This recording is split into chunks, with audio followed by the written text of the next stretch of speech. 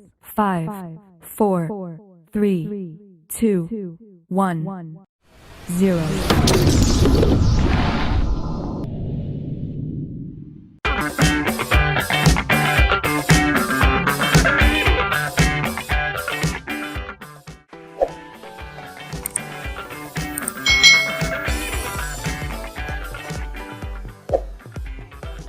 Hai.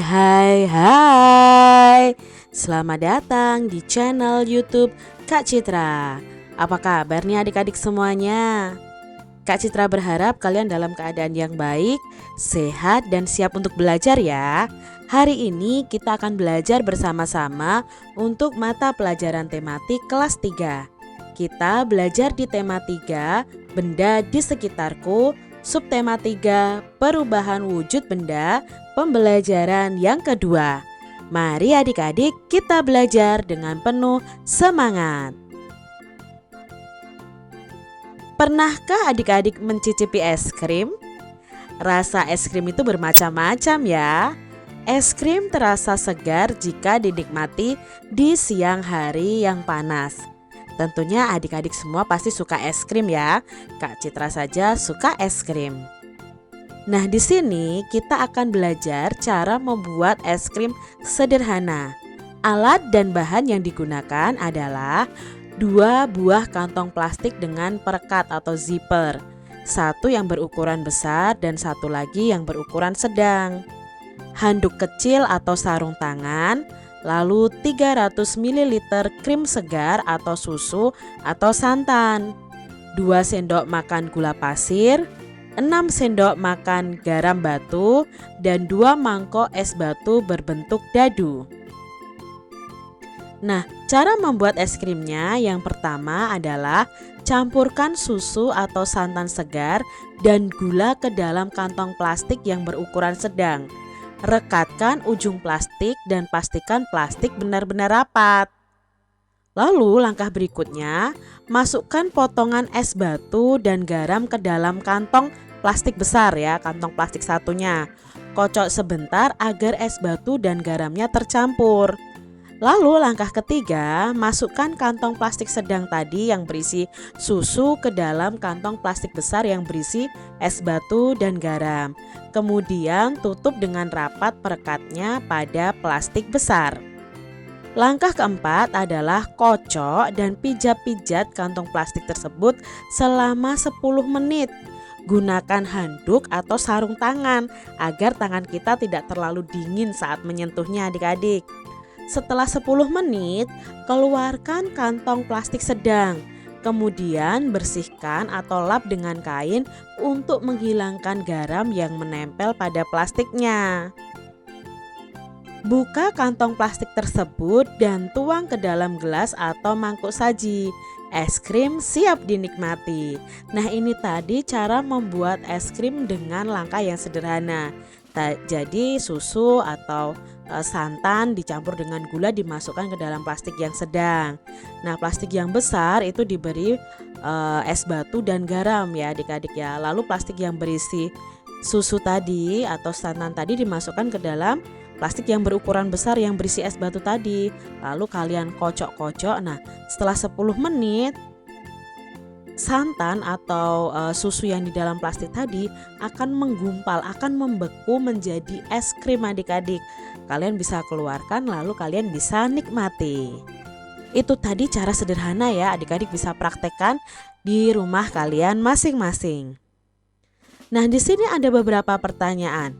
Apa wujud susu atau santan di awal pembuatan es krim? Nah, wujudnya adalah wujud cair. Setelah itu, apa wujud susu santan di akhir pembuatan es krim?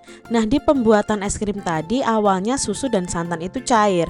Tetapi ketika di akhir pembuatan itu berubah wujud menjadi wujud padat, menjadi es krim adik-adik. Sebutkan perubahan wujud yang terjadi pada pembuatan es krim.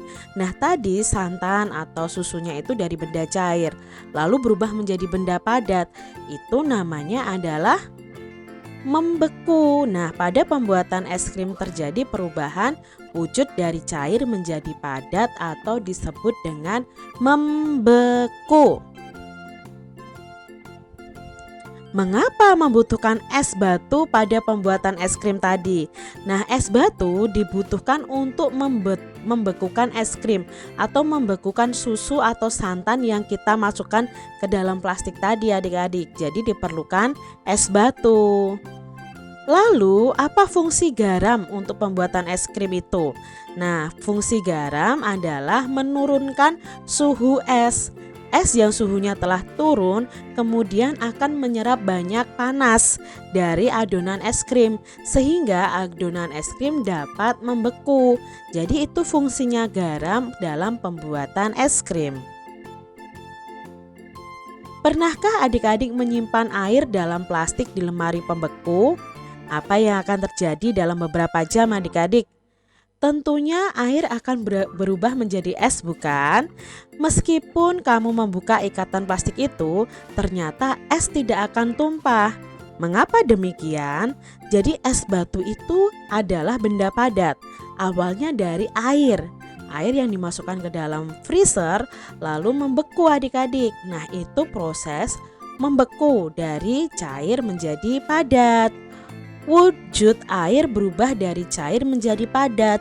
Perubahan wujud dari cair menjadi padat itu disebut dengan membeku.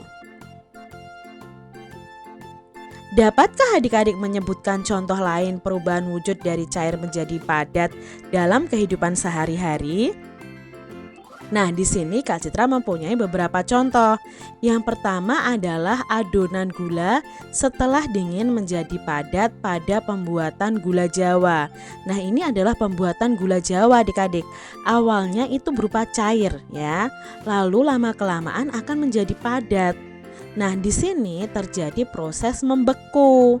Lalu contoh yang kedua adalah agar-agar. Nah, agar-agar itu awalnya berwujud cair, lama-kelamaan akan menjadi padat. Lalu contoh membeku berikutnya adalah air yang dimasukkan ke dalam freezer, lama-kelamaan akan membeku menjadi es batu.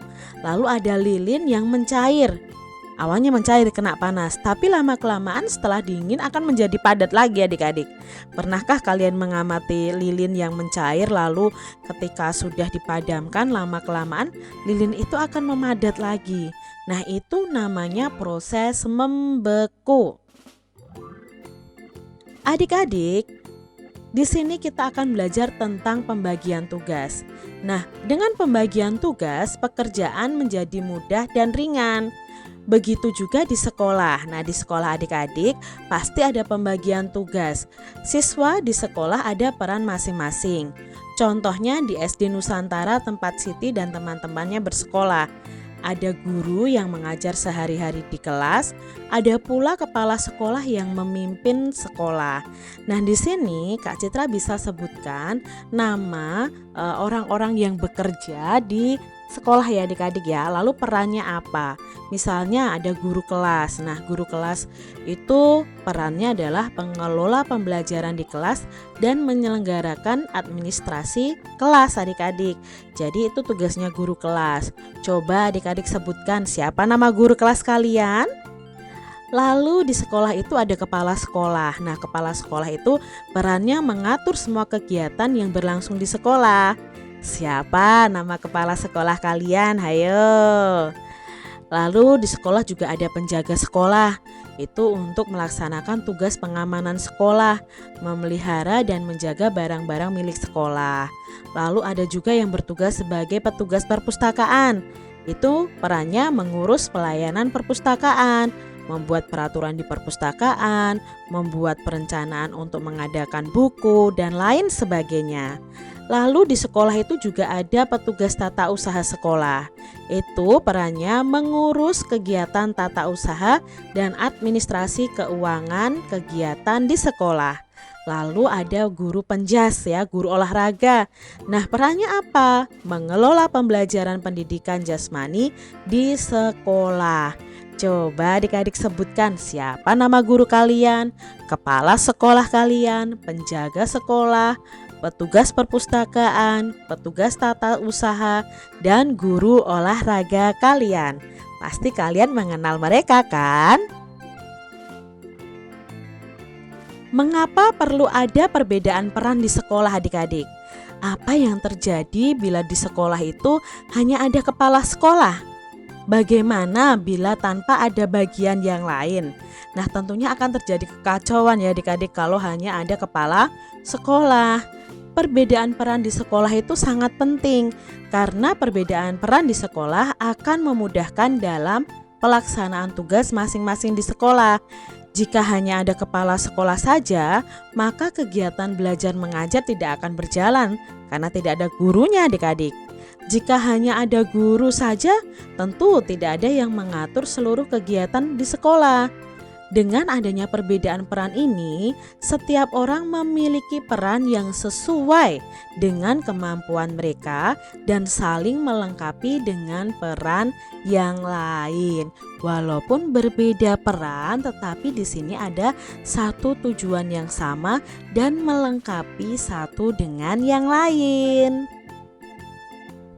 Pembagian peran dapat juga dilakukan saat bermain, seperti bermain sepak bola adik-adik.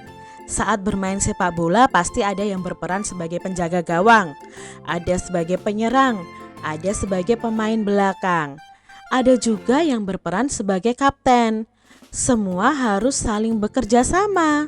Mengapa adik-adik perlu bekerja sama?